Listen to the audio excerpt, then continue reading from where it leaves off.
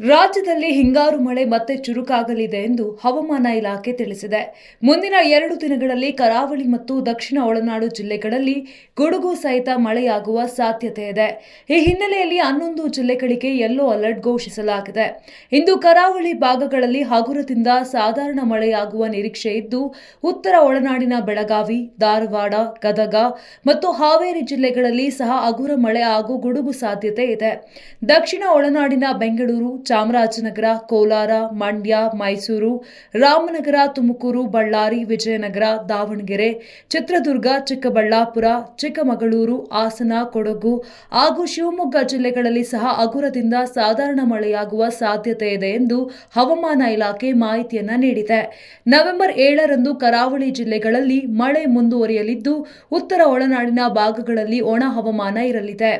November 8ರಂದು ಕರಾವಳಿ ಜಿಲ್ಲೆಗಳ ಕೆಲವೆಡೆ ಹಗುರ ಮಳೆ ಮುಂದುವರಿಯುವ ಸಾಧ್ಯತೆ ಇದೆ. ಆದರೆ ಉತ್ತರ ಒಳನಾಡಿನ ಜಿಲ್ಲೆಗಳಲ್ಲಿ ಒಣ ಹವಾಮಾನ ಮುಂದುವರಿಯಲಿದೆ.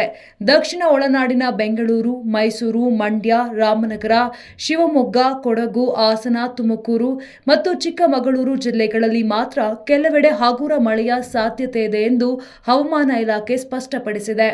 ನವೆಂಬರ್ 9ರಂದು ದಕ್ಷಿಣ ಕನ್ನಡ ಮತ್ತು ಉಡುಪಿ ಜಿಲ್ಲೆಗಳಲ್ಲಿ 1 ಅಥವಾ 2 ಕಡೆಗಳಲ್ಲಿ ಮಳೆಯಾಗುವ ಸಾಧ್ಯತೆ ಇದೆ.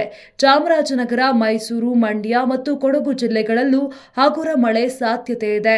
ನವೆಂಬರ್ 10 ಮತ್ತು 11ರಂದು ರಾಜ್ಯದ ಬಹುತೇಕ ಭಾಗಗಳಲ್ಲಿ ಒಣ ಹವಾಮಾನ ಮುಂದುವರಿಯಲಿದೆ. ಬೆಂಗಳೂರು ಮತ್ತು ಸುತ್ತಮುತ್ತಲಿನ ಪ್ರದೇಶಗಳಲ್ಲಿ ಮುಂದಿನ 48 ಗಂಟೆಗಳವರೆಗೆ ಮೋಡ ಕವಿದ ವಾತಾವರಣ ಇರಲಿದ್ದು, ಹಗುರದಿಂದ ಸಾಧಾರಣ ಮಳೆಯಾಗುವ ಸಾಧ್ಯತೆ ಇದೆ. ಗರಿಷ್ಠ ತಾಪಮಾನ 28 ಡಿಗ್ರಿ ಸೆಲ್ಸಿಯಸ್ ಮತ್ತು ಕನಿಷ್ಠ 20 ಡಿಗ್ರಿ ಸೆಲ್ಸಿಯಸ್ ಇರಲಿದೆ. ನೀವು ಸಣ್ಣ ಆಗ್ಬೇಕಲ್ವಾ? ಅದು ಒಂದು ಉತ್ತಮ ಆಹಾರದಿಂದ ಸಣ್ಣ ಆಗ್ಬೇಕಲ್ವಾ? ಪ್ರತಿದಿನ ನಮ್ಮ ಜೀನಿ ಸ್ಲಿಮ್ ನ ಯೂಸ್ ಮಾಡಿ ಯಾವುದೇ ಸೈಡ್ ಎಫೆಕ್ಟ್ ಇಲ್ದಂಗೆ ನೀವು ಸಣ್ಣ ಆಗ್ತೀರಾ. ನಿಮಗೆ ಮಾಧ್ಯಮದಲ್ಲಿ ಕೆಲಸ ಮಾಡುವ ಆಸಕ್ತಿ ಇದೆಯಾ? ಹಾಗಾದ್ರೆ ಕರ್ನಾಟಕ ಟಿವಿ ಡಿಜಿಟಲ್ ಮೀಡಿಯಾದಲ್ಲಿದೆ ನಿಮಗೆ ಒಳ್ಳೆಯ ಅವಕಾಶ. ಆಯ್ಕೆಯಾದವರಿಗೆ ಉಚಿತ ತರಬೇತಿ ಕೊಡ್ತೀವಿ. ತರಬೇತಿ ನಂತರ ಕೆಲಸ ಮಾಡುವ ಅವಕಾಶನೂ ಕೊಡ್ತೀವಿ. ಈ ಕೂಡಲೇ ನಿಮ್ಮ ಮಾಹಿತಿಯನ್ನ ಮೇಲ್ ಮಾಡಿ.